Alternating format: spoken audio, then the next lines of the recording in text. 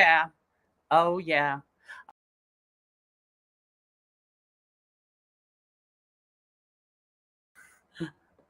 Still waiting for Wendy. Still waiting for Wendy. Down below. There we are. There we are. We were having those technical difficulties. Little glitches. Welcome to If These Walls Could Talk. I'm Tim Hi, Moss. everybody. I'm Wendy Stuart, and that's me. I'm not sure why we keep going in and out, but we'll figure it out. We will figure it out. And welcome, Tim Moss. Yes. How are you doing, Wendy? Oh, my God. First of all, it's so amazing. Every day I'm above ground is a good one. I'll just tell you that. Yes. And it's so I had the most incredible week. As everyone knows, I came back from Alaska last Monday, did a bunch of bookings, a bunch of podcasts, and then Friday night performed in the Fringe Equality Festival in Evan Lawrence Presents at the Hudson Hound. Stellar show, incredible audience. I mean, incredible. Just, I couldn't have asked for a better audience. And my God, the company, you knew all the singers in the show, Tim. I know that you did. It was, it's such an incredible high. And I'm still on that high, you know? And you just got back from Chicago. Yeah. We took 50 Shades of Gay out to Chicago.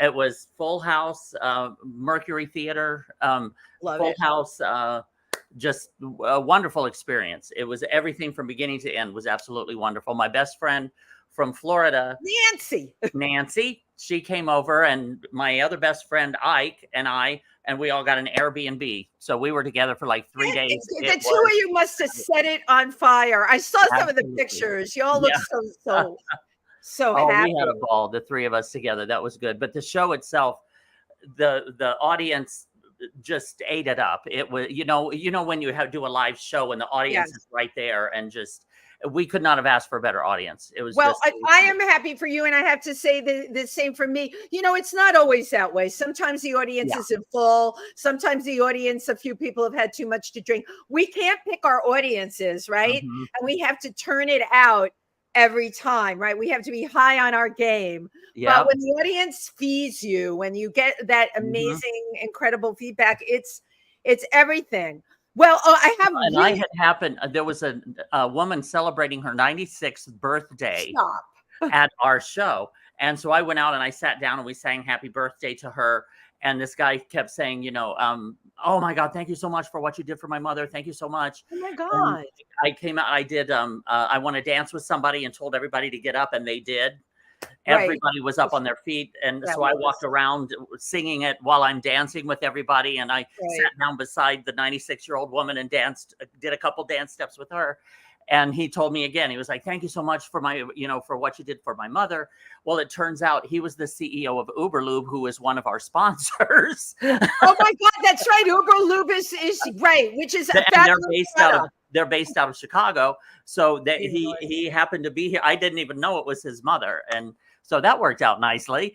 Well, it did work out nicely. But you know what you're talking about, what you did is what we can do as entertainers, right? Yeah, sure. We can heal, we can empower, and we can make people really feel terrific. That's absolutely incredible. Before I went to Chicago, I had ran downtown to the Stonewall Democrats. They had an event, and I love them. Like Richie Torres from Richie Torres, of course, congressman. He was there, and just a lot of the politicians that I've known for years. It was just a nice reunion of all of us getting back together. That, if nothing else, that was great.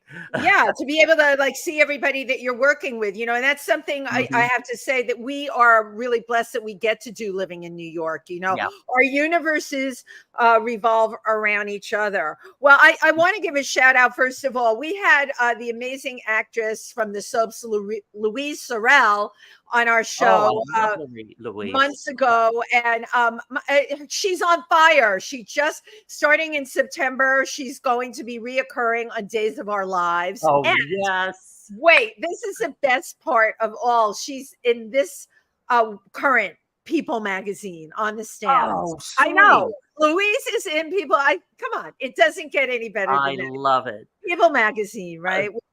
A couple other things. One is Rich. I see Richard Skipper is tuned in. Hi, Richard. Hey,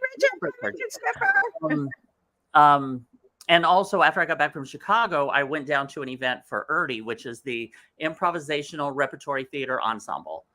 And they're good friends of mine, and I've sang at many of their shows and many of their shows. Like they would set up a scene where they'd say, oh, well, let's go to the cafe and I wonder who's singing. So they would all pretend to be at the cafe and I would come out and be the singer. Me, I'm singing. And they're so creative and such a good group of people. And again, I hadn't seen many of them since before the pandemic.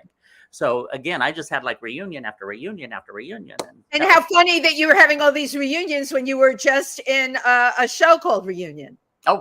Art imitating life, imitating art, imitating life. So, speaking of art, so today we have our guests. They're virtual, but I met them in the flesh, in person, because of the amazing voice, Kobe Cole, who happened to do an incredible song for their film. Their film is called Stars. Kobe did the song. It's called Streets.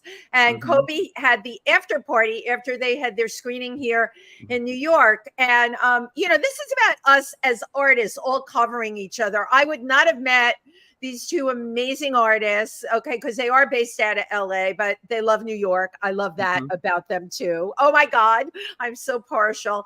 And I'm just thrilled to have them both here today. Yeah, and I was in one of his films, that blew me away. Which we'll talk about. Yeah, and I know. Well, Tym Moss gets around, and anybody will tell you that.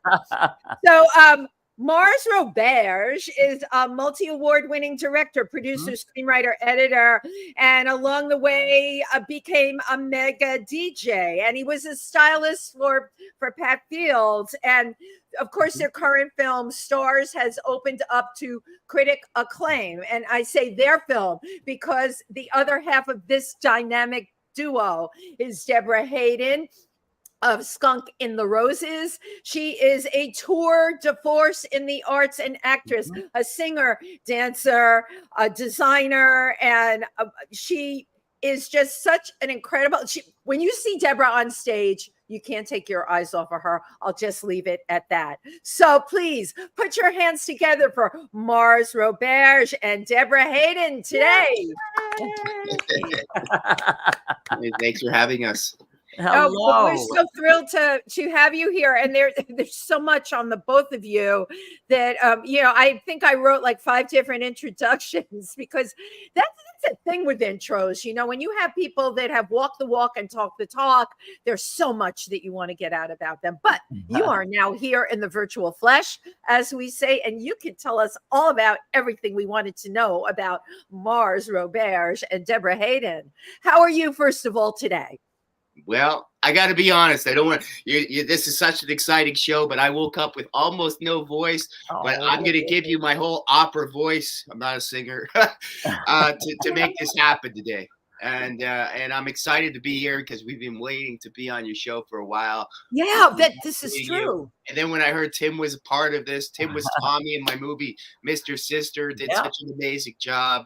It was just kind of like, I meet somebody that's interesting and they introduce me to somebody else. Right. And it just all kind of happens. Kobe introduced us to you.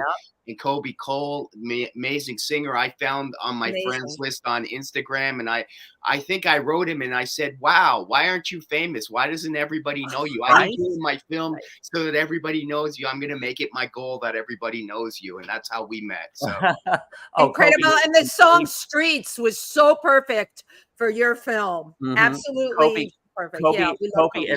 Kobe is just such a stellar singer, just remarkable. That voice is incredible. Yeah, and gives a very dynamic showcase here at PANGEA. It's called Nouveau Riche. It's usually on the last Tuesday of the month, but Kobe, like all of us, right? He pushes it forward. He pays his buddies off. Mars, I notice you in your films, you've worked with a lot of the same people. You bring them back. I bring them back a lot more so on my New York cast because I do most of my films in New York. I love New York. It's like the city that saved my life. I'm from Toronto. I'm a Canadian-American dual citizen. We live in Los Angeles. But I don't know. One, it's easier for me to film as an independent filmmaker to make a film in New York.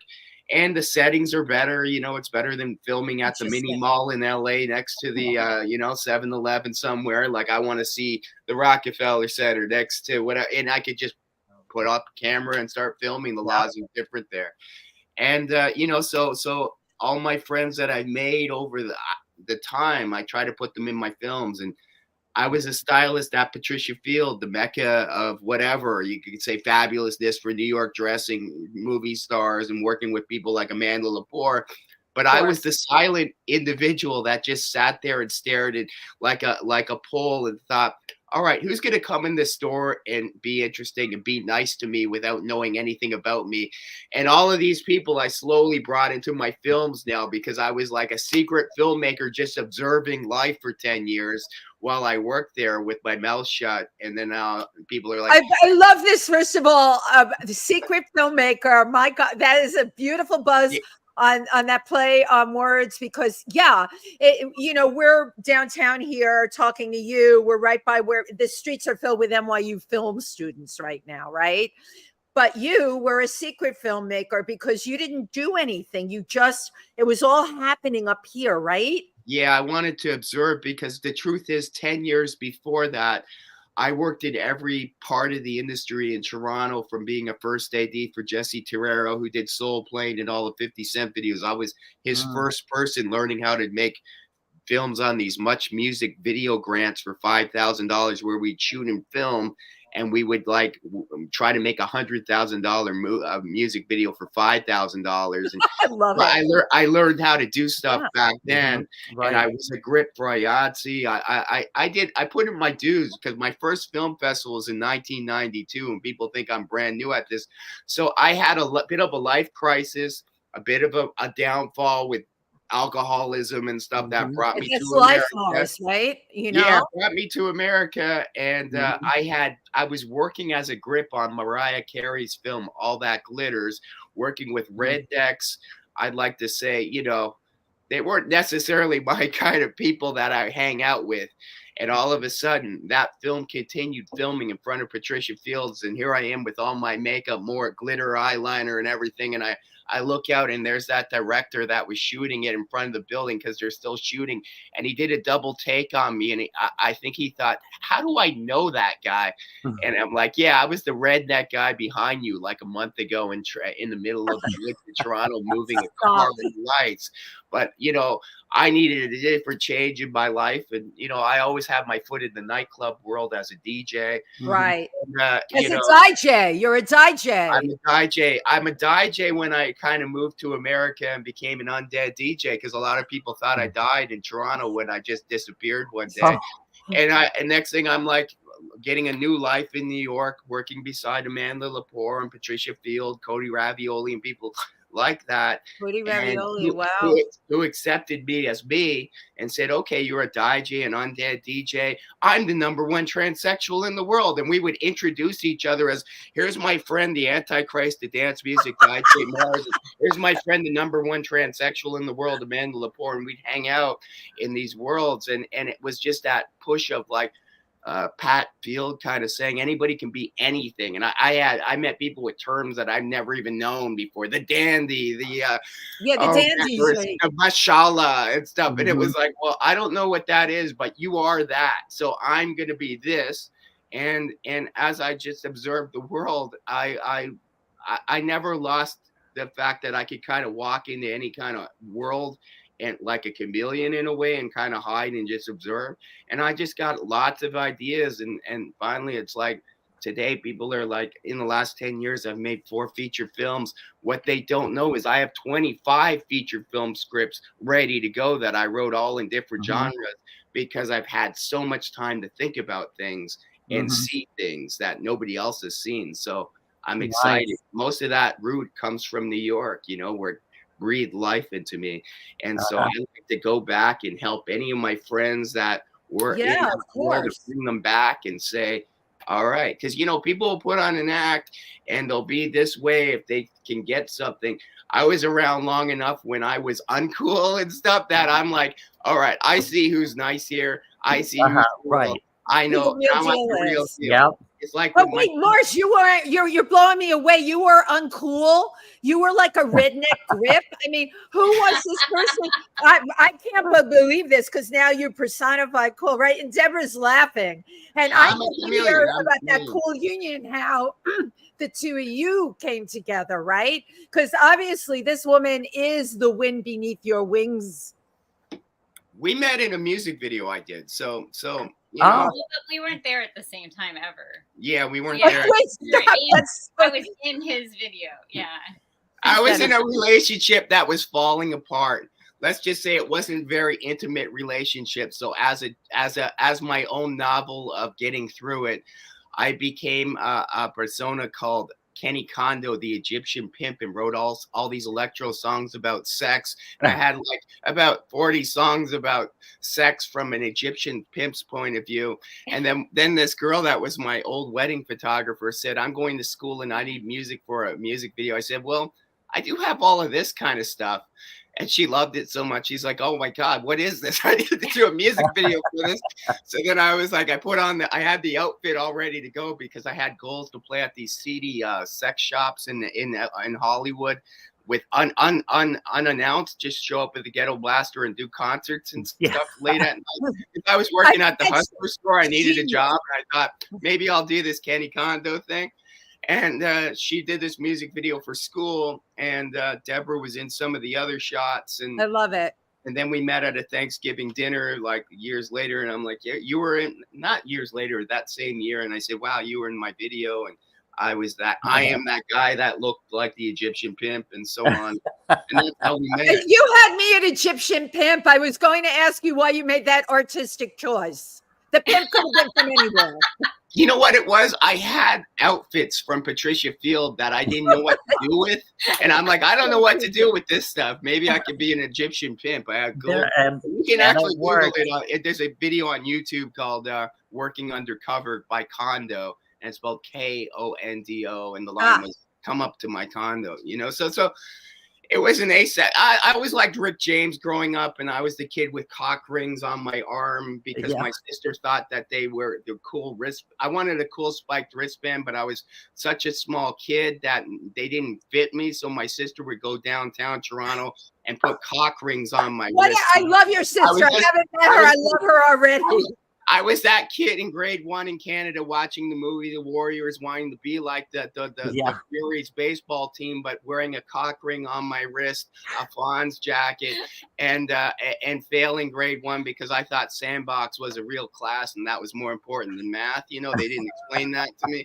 You know, but you know, I got through this tough summer school and that. But yeah, I was listening to the Gap Band. Wait, you were in summer school in first grade? That's the first I ever heard of it. Oh yeah, and I went to a really scary one because I was like tough up in Canada. That's all. I was from this area called Scarborough, which is like the kind of rougher part of Canada. It's like the Compton of Canada, and I went to the toughest remedial public school you could go to as a kid in grade 1 with grade 8s, and they were fighting over my Hostess potato chips, and it was scary. It was my version of prison, and I'm like, I don't know what put me there, and I don't know what got me out, but I'm in the next grade, and that was like, made me look over my shoulder for the rest of my life going, any day you could just be pulled out of this and put somewhere else and it's going to be scary and you're not going to know how you were there or how you got out, and then you'll be out, you know. It's kind of like in that movie. But Mars, listen to what you're saying. In so many ways, your life has been that. Your life has been that. You know, something happened, something blew, then boom, you reemerge somewhere else, and then you're doing your thing, and then another thing happens, and then, you know what I'm saying? Your life has been reflective of that. My God, it started with the sandbox. Who knew? Yeah, pretty much. You know? Well, Mars, you sip on your tea for a little while. Let's talk to that lovely lady sitting beside you. Debra, how are you doing? I am great. I'm so happy to be here with your nice, bright, shining faces. Yes. They're shining because it's humid in New York, and Tim and I shine. And the humidity and our hair does kind of the same thing. So now tell us a little bit about Debra Haden. Now, are you from Kansas or where are you from? originally from Kansas. No, that's what I was thinking. Yeah, and always, since I was a little kid, just did not feel like I belonged there. It was really strange, like, and just like probably like kind of a depressed little kid even too, like, because I just couldn't understand a lot of things. I mean, I think humanity is full of a lot of hypocrisy, but then even there, it felt like even more apparent to me, even as a little kid. And just being extra sensitive and absorbing all kinds of things. And I get little hints, like people kind of tricked me into being into one of the school plays because they needed more actors, or and just kind of being resistant to certain things. Or there was a guy, they were trying to get me to front a band and I wouldn't do it. Like I was like too afraid to do it. But I felt like there were these hints that, because appearance wise, I stood out. I wore red lipstick, and red lipstick wasn't in at that time at all. And then I don't know if you know anything about the Midwest, or if either of you. I'm originally from Indiana. I'm from Indiana originally. Okay, so I feel like there's like this natural beauty stigma there, like, oh, be naturally beautiful. But then like some of the guys in my school didn't understand like what Photoshop was, and I was like, well, that's not naturally beautiful. So I had a very hard time there. But so I was like, why can't I wear my red lipstick? I'd be wearing like all this makeup, and then someone would come into, I was a college kid, and some guy walked in, he's like, why are you wearing all that makeup? Guys don't like that. And so it was just like constantly getting hit with that stuff there. And so that does cause some depression, right? Because you're like, well, no, I like this stuff. Like, why? What is so wrong with what I'm trying to do? Well, I think what you're talking about, Deborah, is the whole thing about fitting in, right? Because especially in high school and junior high and stuff, we want to fit in, and obviously who you were. So you said it early on when we were talking, you didn't fit from the very beginning. We know this about ourselves. Right. And we have to just navigate through that. If someone were to meet you, they would, you have such a strong stage presence, and you're absolutely gorgeous, but it's even more than that. It's like there's something about you that draws people in, when I saw you on stage, you're riveting. Whenever I see you, whether it's a red carpet or an event or on a shoot, the film shoot, you stand out. You're just always stylish. You've got everything in place, and just always looking fabulous and original. You're so creative. Where did all of that come from? How did you discover that? Honestly, I feel like a lot of that, like that meticulous look thing, comes from my mom, actually. She was very good at putting her clothes together a certain way. And it's so funny how sometimes we'll have like premieres coming up, and I'm like, okay, this is like a stressful moment for me, because I'm like, I need to wear this here and this here. And it's just, my brain just starts firing on that stuff. Like it's going to look like this, and it's got to be like this. And so I feel like he actually helps me like wrangle it in sometimes, because he was a stylist. So I can say, okay, I'm going to wear this here, this here, this here, this here. And I feel like it's just how my brain is wired. So it cracks me up, because people will think it's like a competitive thing, like they want to compete with me, and I'm like, oh, you're gonna get hurt if you try to compete. Yes, you'll be hurt. You'll never recover. Just be yourself. Like, I'm not looking at you. They think it's like I'm trying to up there. Like, I'm not looking at you the way you think I'm looking at you. Right. This is like an inside job here. Do you know what I mean? And then sometimes people like you don't want to compete with that. Like, it's going to cost you a lot of money. I learned how to be very resourceful. I went to school for design. I know how to make a lot of my stuff. I know how to make something inexpensive look expensive. It's not what it is. It's how you wear it. If someone wanted to dress me, I would love that, but that hasn't happened yet. So... Deborah, you have all the qualifications to be on RuPaul's Drag Race. I actually do. Every drag queen has his qualifications. But what you're talking about really is unbelievable creativity. And I mean, somewhere along the way, from being the person that didn't fit, you started to realize the power in dancing to your own drum, right? Tim knows it. I know it. Mars Roberge. I think you started to accept your creativity, because then you're an actress, a dancer, a singer, painter, fashion design, animation, Look at all of that. Right. All of those are very creative. They come from a very creative place. And honestly, when I met him, that's when that just exploded, because I love this. Yes. People I would try to date, they'd be like, I don't get it. I don't understand. Why is it like that? And so it's just this constant squashing, right? Yeah. So you can see now what it's like to not have. I don't have that. And if he said something, it's only out of like trying to direct something in the right direction. It's not to squash it. His words aren't like, I don't know how to explain it. Like if I did a song and it needs more beat, like a heavier beat, he'll say it, but he does it in a way that's helpful. It's not, he doesn't it's not criticizing. Yeah. He's like, okay, so it's great. It's this, it's that. We just need to add more of a beat on this beat. So, because he wants you to be the best you can be. And it's not, a lot of guys, right, have that ego thing. I married a man that's an amazing artist and is completely always behind me. And the feedback is always positive. But I can tell you, the guys that I dated that were few and far between didn't get me.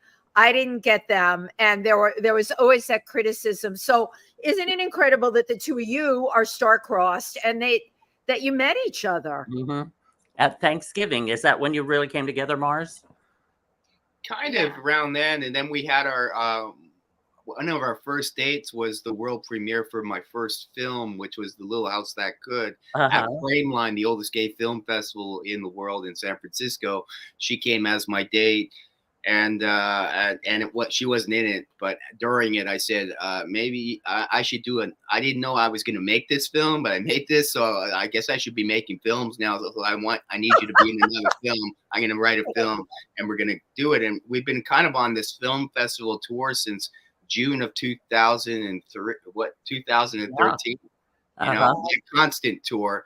And I showed stuff in the 90s, short films, when I went to film school. But that's been how it's been going. And I'll tell you this too. So we had the Thanksgiving dinner, and then he walked me down to my car, and he asked me out on a date. He said, I want to take you on a date. Do you want to go on a date with me? And I was so shocked that he called it a date, because no one in LA they say, do you want to hang out? Do you want to grab coffee?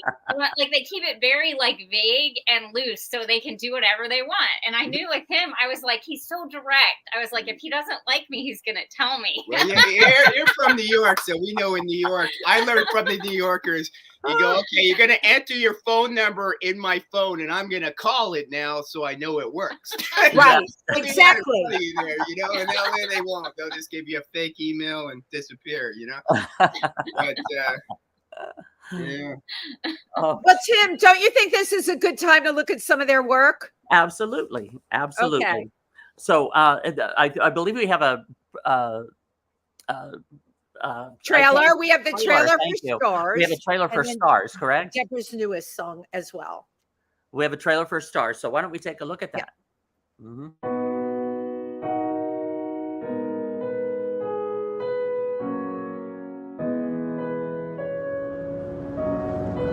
We are in the shelter on Bowery.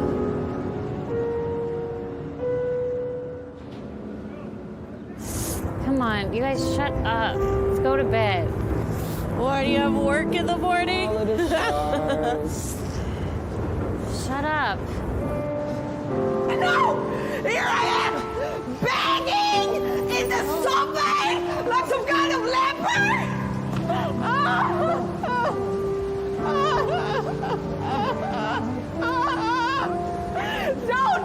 Don't off me, Max! I don't need your help! Last hope. I rescued you out of this shitty life, God! I want all of you men to just get up and say it with me. I respect the pussy. I respect the pussy. I respect my sister's pussy. I respect my girlfriend's pussy. I respect my mother's pussy. I respect my aunt's pussy. I respect my neighbor's pussy. I respect my therapist's pussy. I respect the pussy. And I want my own backyard and my own garden. And I want a place to call a home. If you're really there, please give my sisters a home. I've been living with this shit for 23 years, and the real question is, can I let this go? If you can grow. What's your name? Names are nothing. Like everything else in life. They come and go, and the only real thing are the stars. So far away, untouchable. Stars.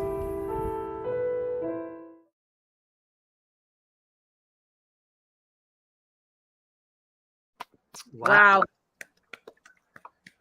What a sensitively done trailer, sensitively done movie. The choice of black and white. And you know what? Your timing for this kind of film in these times, because this homelessness is rampant now all over the country. That mixed in with migrants that are brought here, ripped from wherever they were. They want a better life. They come here and there's no game plan for them.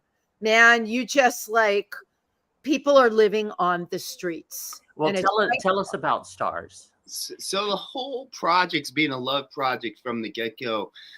Like I was at Dances with Films to have the world premiere of the film with Tim, Mr. Sister, at the world famous Chinese Grauman's Theater, where we were the closing night film, and that was in 2021. And the head director said to me, "Oh, there's this contest by this new group called We Make Movies. I think you should enter, Mars, into this contest. All you got to do is pitch them an idea, and you can win $25,000 to make a movie." And I said, "Well, I'm at this film festival with the movie right now. I don't even have any stories that I'd be happy going ahead with, because I'm still writing some scripts." And at that time, an old friend of mine who I knew from the Pat Field days, he was a club kid from Israel named Apollo Braun. He goes by his real name today, Doron Bronstein, said, "Mars, I heard you're a filmmaker.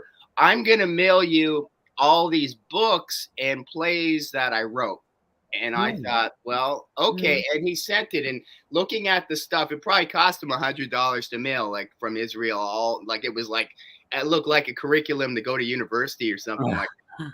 And when somebody does something like that, I'm like, okay, I'm going to read everything and I'm going to watch everything. And I just finished reading everything and watching everything when the guy said to me, "You should enter this contest." Wow. And there was this one play that really stood up for me, which was called Stars, about the group of homeless women.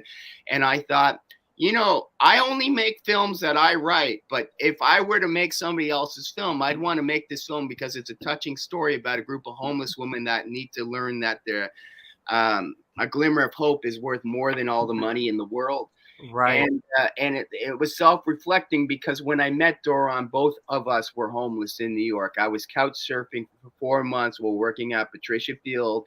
He was living in a squad, a punk C squad or something like that, or in Chinatown, while working at Yellow Rat Bastard, or selling. Oh my God. in a parking lot somewhere near the Tower Record Store. And we were homeless. So 23 years later, I'm married, I'm making films in LA, and he sent me these books. This is a person I'm going to read his stuff. And that story, he told me he saw it from his window, all these women, all real. And I said, you know what? Can I turn your play into a movie? I can't promise anything, but if I win this contest, I'll turn it into a movie, and whatever I make, you'll get half of whatever I get, And he said, okay. And next thing, I was like in a Shark Tank and not realizing that this contest was already going on for a year, and people were like, kind of, they all knew each other and they were all working on their stuff forever. But I went in and it was like I just kept trying to talk about how this was a touching story and how I knew it and how it needed to be made now. And then we won. We were the first two other people that also won, but we're the only film that's actually like finished it so far within the budget and everything. Nice. It's amazing. For budget film. And you know, yeah, so that was it, you know, and like even like Sophia Lamar, you know, I said to Sophia, you know, I wanted you in my film, The Little House That Could, because you were part of Patricia Field, but I couldn't find you at the time. And I think as a filmmaker, I've gotten technically better, and I think now would be a good time. And I was really happy to get her because, you know, secretly, I don't know if it's a secret, but she wants to be known as an actress, and it comes through. Like she Mel Brando on this, like how she worked about it. And the Raw Diggers were rappers that remember only me as the nice salesperson that was nice to her for 10 years. And that's, so she did the film on that. What I didn't know is the last film she did before this was she was the lead star or the co-star of a $45 million Hollywood blockbuster called 13 Ghosts, acting opposite Ken and Elizabeth after that American Pie craze when she was the star of that. So she did it because of I was nice to her. So she came and she did it. And nice. She's the first like legendary rappers, you know, she's right up there with MC Lyte and everybody. Like, rapping with Lil' Kim back in the day, knows everybody. I think she launched Eminem's career. You know, Eminem was in a group with her. So like all of this, and then the other people that were in my films were like from other films that I've done. So that was kind of how Stars came about, and we're about to have our Hollywood premiere. Yeah. Same film at that same movie theater, Chinese Grauman, nice. AKA Chinese Theater, on Tuesday, September the 12th at 7:30 p.m. This is for Silicon Beach Film Festival, not Dances with Films. But after Dances with Films, I said, when I'm making this film now, it has to play on that screen because I was in that movie theater when they asked me to go and do this movie. And it was the love of Apollo, Ron, aka Doron Bromstein, and the topic and all the people I wanted involved. I would have had more of the cast for Mr. Sister, but it was mainly a female cast. And of course. For me, it also kind of showed the world that I'm a serious director too, because most of my films have been comedies, and I wanted to show to the world that I can do kind of any genre. Put me in it, and I'm ready to go. You know? So that's how this came about. And transcribing a play into a movie wasn't too hard because most of my movies have a lot of dialogue anyway, and most of my movies don't have a ton of sets. So I was like, I grew up from the Breakfast Club world of making films. So it wasn't and I love how it's a full circle moment from the place where you actually conceived the possibility. You just threw that out as a possibility, and then returning with the completed film. That's because a lot of people don't realize what it takes to go from an idea all the way to getting the film shot and laid out and rewritten and all of that to get it on the screen.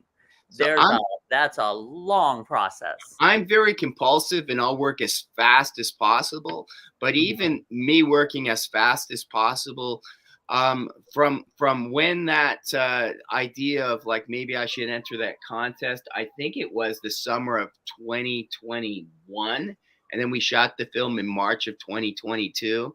So that's amazing. We're playing in the movie theater now, September of 2023. So and it's been, you know, it took me about 2 months to edit the film. It took me 9 days to shoot it. Like it took me 4 months to plan it, you know, but like it's constant. Like people think it's over when it's over, you know, and it's not. Like we're still. This will be our 5th screening, and then we're playing. The people that funded the film were opening their own film festival, which plays at a Playhouse Theater called the Broadwater. We're doing that on November the 8th here in Hollywood. So we got 2 Hollywood screenings coming up. and I'm ready. Mars, do you think that there is just more of a trend? We've had a number of indie filmmakers on this show in the last couple of years. Do you think that there is more of a trend towards that when you think about right now, right? We've got the Screen Actors Guild strike going on, the writers strike going on. How do you personally feel? Because you've been, you know, you're like Mr. Indie. You do it all. And you're still continuing on that path. What do you personally feel about that? So for me, filmmaking has always been personal to me. I don't make films for anybody but myself, really. I love it. It's almost like if I were to die and Martians were to come, what are they going to find for me? Like, this is it. I don't have kids, you know? So I'm at that world where there could be, you know, and I'm not putting down any groups on the technical level, but put it this way, if I was sentenced to a life in Zanzibar, I would still be making films there and finding my audience and finding a way to do it. So the world doesn't affect me making films. I make films like Is the Wiz did graffiti, and he died by the fumes from his spray paint cans that he stole from hardware stores back in the day to get his art that you'll see in movies like Wild Style and Beat Street and stuff. I'm like that with film. So, you know, as I respect people, but of course, Hollywood hasn't been paying my bills. I do this out of love, you know, so I'm going to keep making films no matter what. And I think today, yeah, it's the total indie filmmakers world, but a lot of people don't have a clue what that means. I know what it means because I've been that person where I've shot movies for $200. You know, Little House That Could was a $200 movie.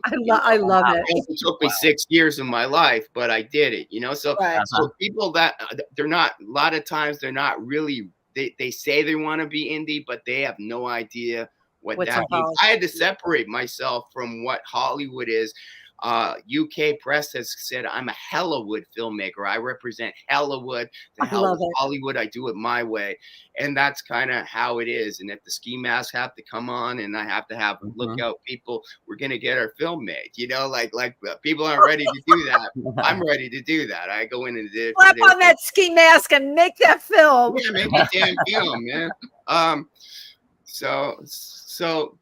But yeah, so that's how it is. So it is definitely an indie world. All these people that are thinking about doing films, it's gonna be hard, but you gotta like go, are you ready to lose a couple times? Because if you're in the fight for the long run, you're gonna be a filmmaker. If you're only there for the see what happens from that first time, well, there goes your mother's mortgage on their house. You know, like I've seen that over and over again with people, you know, and it's like, think small and try to do a bunch, you know, so that you can last, because you're going to get better on every film you make, you know? Yep. Now, Debra, you played one of the lead roles, right? As a homeless person, you who came from the Midwest. What did you draw on for your character in this film? Well, I wanted to, because makeup is such a tool to play with. For this one, obviously, I just stripped it. I just wanted it stripped all off. It just really just as pretty as I could possibly be. And my character's undercover, so I found like it was even more important but not look like the cliche where you rub dirt all over your face. Yeah, It wasn't theater, like something theatrical I was doing. So I had to make sure, you know, there were a couple times I had the makeup artist put stuff under here to make it work. And then when I saw it, when he's editing, I was like, oh my gosh, what did I do? And then I was like, no, this is your choice. Authentic. For real. And that's what you want. And so in this one, it's like, I'm not worried about if the lighting's good or bad. I'm not the worst. If it's bad lighting, even better. Cause it just creates like more of the mood. And then just the like thoughts I had, I knew I was going to take myself to kind of a depressed place, which, you know, that can be kind of dangerous because you're like, okay, now I'm going to have to get myself out of this. After, because I'm kind of an emotional actor where it's like I want to feel it so you feel it. Right. That's like the most important thing to me. And so, but the problem with that is that then there can be a little hangover after for me personally. And then I have to kind of climb back up. But the neat part about Bianca was she was a cop. So she was kind of tougher too. Right. She had So, that like, tough persona. Right. So I could kind of like balance off of that as well. So I could afterwards, then I could kind of use that instead of staying like kind of down. It's like, no, I'm tough. I'm going to get my stuff done. Yeah. You know, so just tapping into that part of her personality. And I also wanted to just create that contrast.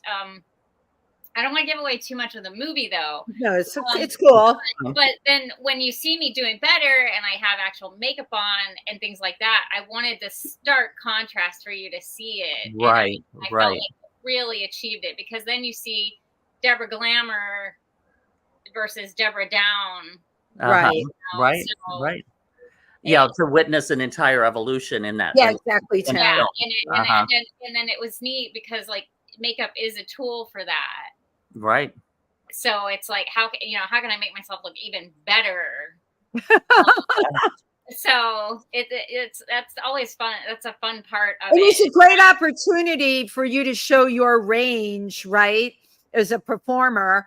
Because like looking at you the way I met you and then reading that you were in this, I'm like, wow, I have to ask her process, because what you present on stage is totally different than who you played in the movie. And that's genius to me. But also the range that you have, yes. Also even with your music, is a completely different process. So why don't we also have, I think, a clip or a music video? So why don't we take a look at your music video, and then we'll chat about that after. Yeah. How about that? Great.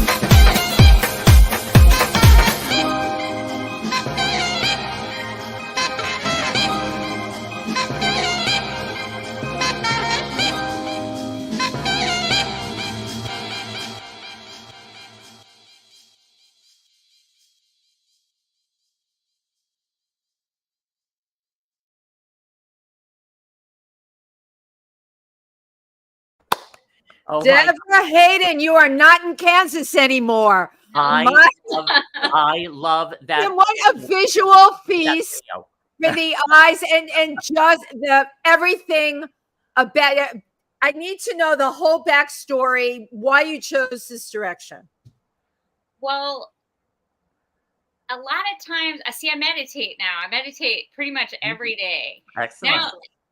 Now I'm to the point where I'll just see like pictures in my head. Mm-hmm. And I love it. Like I wasn't able to do it. I feel like maybe my family, like we have some ADHD or something, but it's like my age, everyone's undiagnosed. But right. But it's also like, nah, I'm hecka creative. Like I don't need, like, it's so do I need a diagnosis? Like, let me just be creative. Right. That's exactly. What does it matter if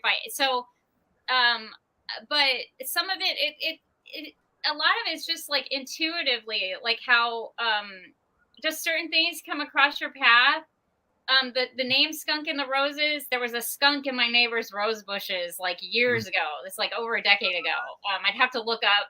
Hopefully I wrote down, and someone I made a post, and someone said that's a good band name, Skunk in the Roses, and I was like, ooh, that is a good. So it's like little hints of things that happen to me, and sometimes I don't get it right away, but then later it plugs in somewhere. Right. Like this is like a decades long process, right? I wanted to do music for a long time, but wasn't right timing. You set all these mental hurdles for yourself. I've been to various spiritual healers. One of them was like, I can't believe you get anything done with all this stuff that's on top of you. And like, and so, I can laugh. I laugh at that. I'm like, that's hilarious that, he's like, I know people with way less stuff and they putt around and do nothing. But Deborah, enough to listen, right, to the intuitive self. Obviously, meditation, and Tim knows this too, is a path to get into the intuitive stuff. And then we have to learn to trust that. That as creative people, that is what's going to work for us, not someone else's suggestion or opinion. Right. Which you have to go la la la la la la, not listen. Right, and I have to consciously keep doing that all the time. I had people verbally. It's funny how you can hear between people's words too if you pay attention. Yep. People verbally throw shade at me at times for like dressing vintage, right? But then I would get a part off of that profile picture I made. Right. And it's like, no, this is like, I don't care what you're saying about what I'm doing. People went on a pink hater binge, I felt, for a few years. And I still wore pink, and I still like pink, and I still used pink in my project. So like, even when I started out doing art shows under Feminine Oddities, the colors were pink and black and white. And I was like, I'm not going to abandon pink because everyone's saying it's like not pink right now. So, and even when they abandon it again, I'll probably still use. I like it. It's like, that's part of it, right? It's like just sticking to your guns. And then now, so I have all this pink stuff, and now I'm able to use it for a booking and get paid for it. Right, of course. Right. So and that pink is everywhere. Yeah, me listening and then collecting because I see it's getting more popular. Like I'm like, ooh, okay. Like now there's more pink stuff. I can get more pink stuff. So, it's irrelevant what anyone thinks of anything that I'm doing. Because when I listen, there's a payoff at the end. Absolutely. Absolutely. And if you tried to do everything I'm doing, it might not translate. I don't mean you guys, you get what I'm saying. Yeah. No, I totally get what you're saying, sister. I am right there with you. But it was for me, it was a long, hard lesson. You've obviously learned it sooner than I did, and it will be the thing that carries you through. But a couple of things. One is your ADHD works for you, honey. Yeah, absolutely. Right. And another thing is I've noticed, like in that video, and a lot of the stylings that I've seen you in almost like predates your existence. Like it's a nod back to like the 30s or 40s or do you have like a almost like a, not Betty Boop, but do you have any inspirations from that time period? I guess is what I'm asking. I would say she's definitely it's more like I like those old phonograph voices. Yes, right. They had this like warm, this like I just was in love with that sound, and you just can't get that sound anymore. Right. And so I wanted to mix in like samples, like vintage samples, and pull someone. It's like into the future, but also the past. Right. Yeah. And I do those videos myself. That's me underneath all of that. That's AI, but you can still see my eyes because I know how to layer it in there. So and that's important to me because that draws in, that's the human factor. Right. And the song itself, it's a, you know, Tim already kind of touched, I feel like you kind of said some of it already at the very beginning. You know, it's about just being yourself, like, because a showgirl, look at their time frame. I've got Glitter 24 hours. They work at night usually, so that's they're exactly right. Yeah, different thing than everyone else. Like a completely different time clock, basically. External time clock. And so, also though, the dark side of this song is because I love the contrast of black and white, the skunk, right? The contrast of that is that sometimes you feel chained to the glamour that you created, and you can't stop. Like once people have an expectation of me now and what I bring. So it's feeling that burden that I put on basically myself. Right. And so like that's like everything I have is very layered. Interesting. But that's also, once again, backing up to what Wendy was saying with listening to other people's voices, right, other than the voices in your own head, you know. And certainly, like we saw you in the trailer for the film, and then we see this video. Whoa, like light years, right? If anyone is looking, and we know everybody likes to categorize people in this business, but that's a huge mistake. Okay, because look at what you did in the film, and then you look at this video, and this video, going back to what you said, Tim, you picked up the Betty Boop thing. You really had like the showgirl and what the burlesque girl and what that has exemplified in history. That's a piece of history that's still around from then until now. Okay. And you're bringing it into modern times. That video is so modern, but yet it draws from what came before. And that's what makes it so powerful. It was just terrific. And I love skunks, Deborah. You didn't know this. So cute.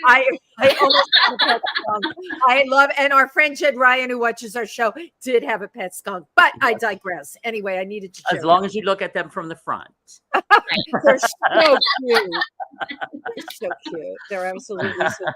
So, I wanted to say that like our music and our films is all at worlddomination.pictures. Yes. We have a record label.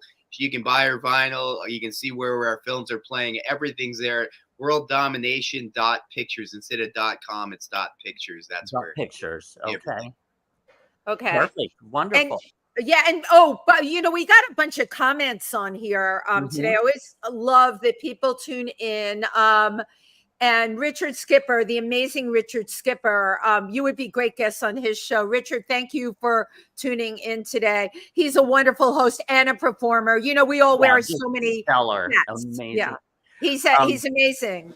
But he was referring to all the glitches we had at the beginning. He said Mercury is in retrograde. Right. Oh, wait, do you guys all know this moon we're having tonight? This is like a huge mother of a big blue moon. Okay. It's no, it's not sweet, Tim. This is not sweet. Yeah, the blue it's not moon good. rising or something. Yeah, it's like rising and not well. Cecily Williams, who we love, amazing singer. I did the show with her on Friday night. So happy Kobe Cole introduced us all, such an amazing creative couple today. Thank you. And she also says, "Squee, I love these guys." I love you too. Love you. Yeah, she's an amazing talent too. We've had someone tune in for 2 weeks in a row, Kenyon Gant, who is actually from the Kakuma refugee camp in Kenya. If you're aware of what's going on in the world. And Mars, I know you had a film shown in Tanzania, wasn't it? Yeah, Mr. Sister just played at the Zanzibar International Right, and Festival. you know, my film Scumbag played at Cameroon International Film Festival, and well, Kenyon is in a refugee camp in Kenya, and I love that Kenyon tuned in today and is part of our show. Thank you so much. Yeah, a lot of respect for Africa. You know? Yeah, me too. I've been there. And, Same.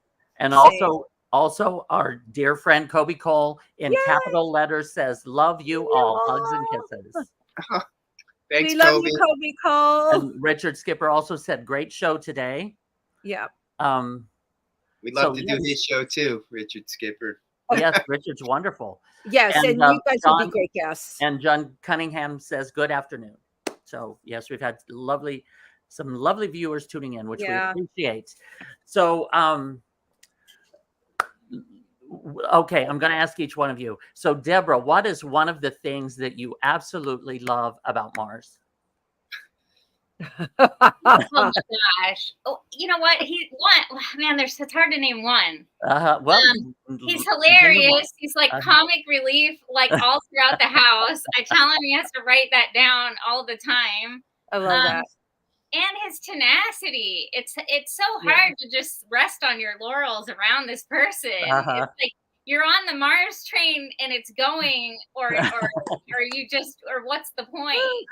So you just gotta, he creates a nice wake for me to follow him. That's really what a great metaphor. I love that. He does, because it's hard as a woman. I did things on my own. I did the art shows on my own. I did different things. It's not, everyone's like, I'm a strong woman, all this stuff, but it is hard to do that. Absolutely. And support yourself solely by yourself financially, and throw shows, and I did all that.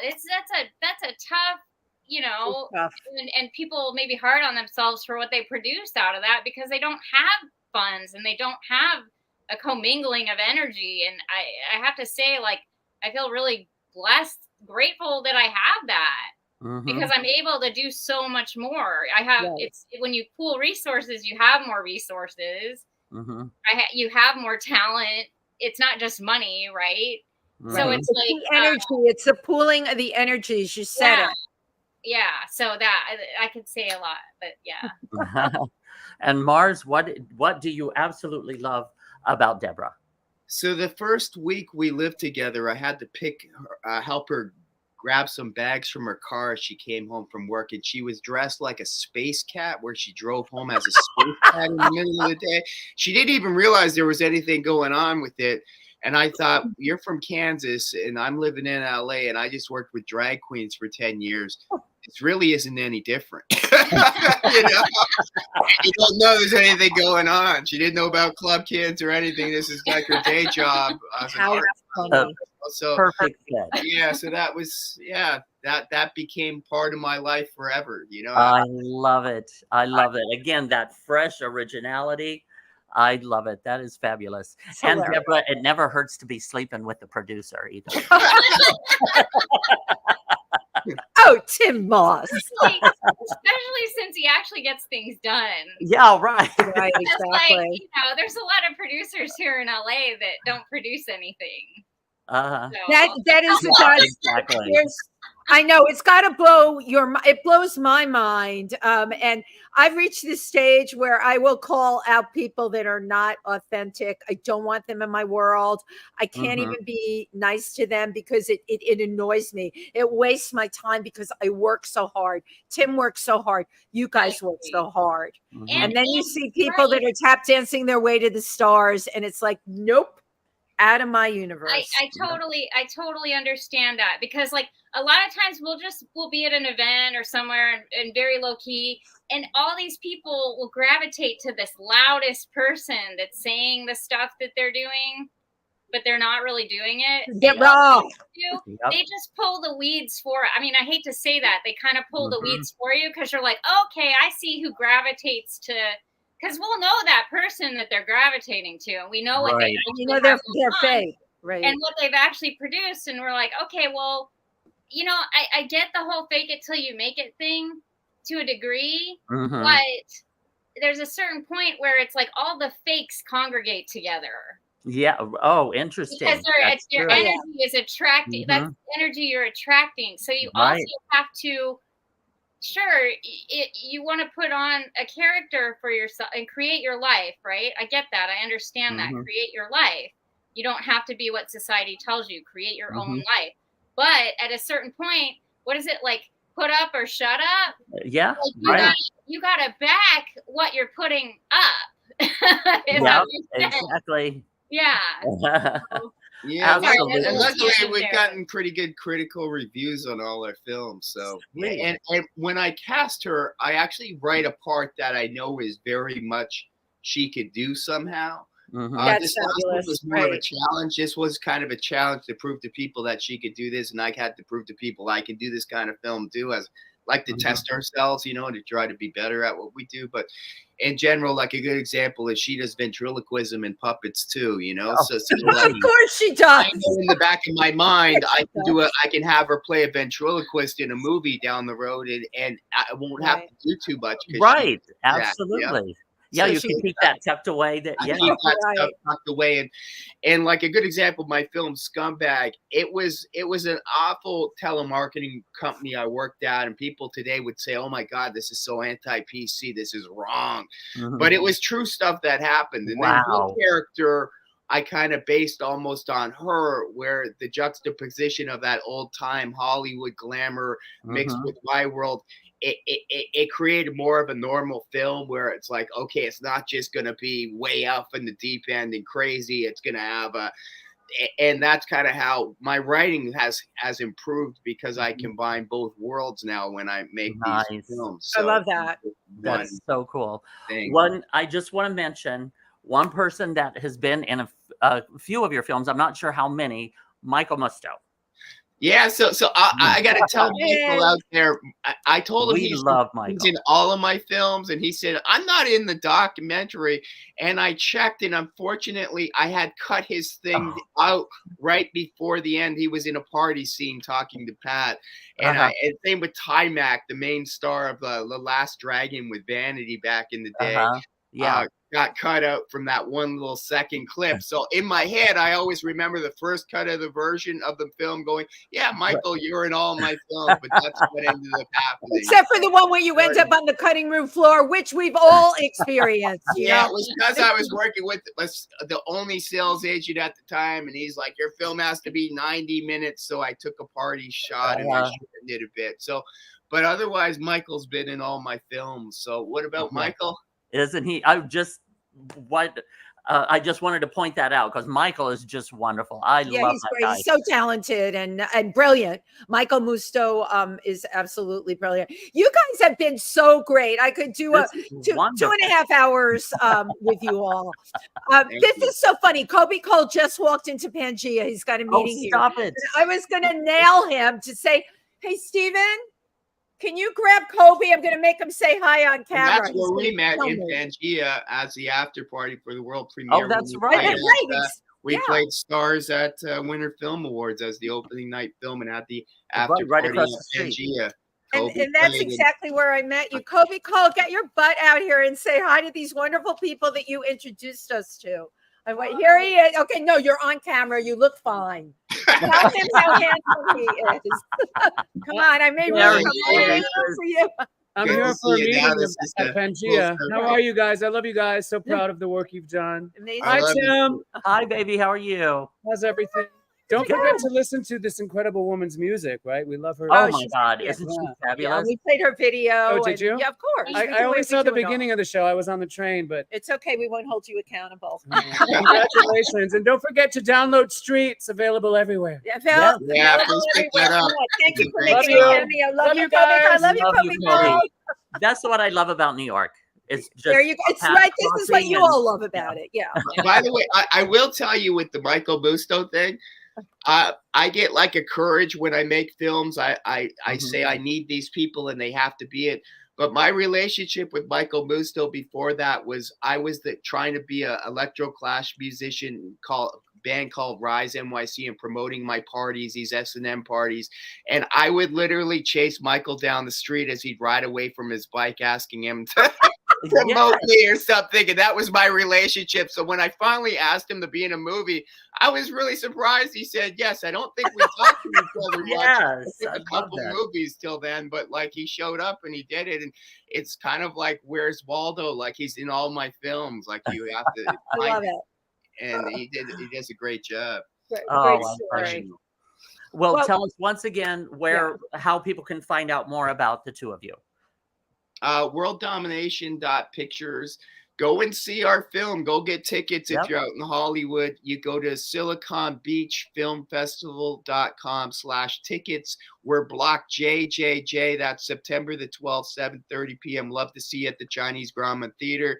And if you missed that, we're also playing November 8th at We Make Movies International Film Festival. Just go to wemakemovies.org.